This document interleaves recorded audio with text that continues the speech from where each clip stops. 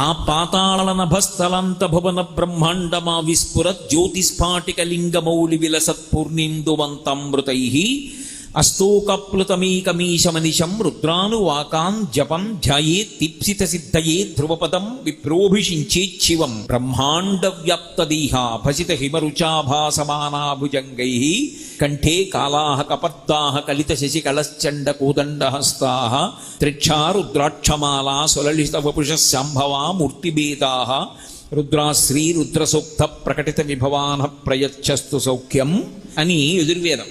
పాతాళలోకం కన్నా కింద ఎక్కడ వరకు ఉందో అక్కడ నుంచి ఆ పాతాళ నభస్థలంత భువన బ్రహ్మాండమా విస్ఫురత్.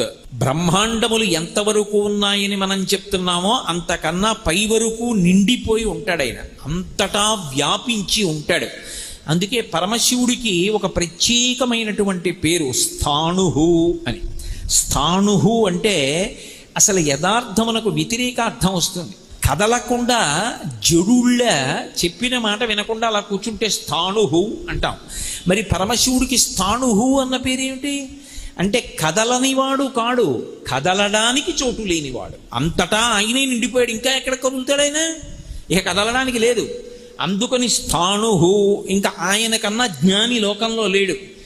మనకి ఎవడు అర్థం కాడో వాడిని పిచ్చివాడు అంటాం, ఆయన మనకు అర్థం కాడు, అంతటి మహాజ్ఞాని. అందుకే ఉన్మత్త శేఖరాయ నమః అని ఒక పేరు. అటువంటి పరమశివుడికి చెందని వారు లోకంలో ఎవరు ఉంటారో ఉండడం సాధ్యం అవుతుందా? అసలు ఉండదు.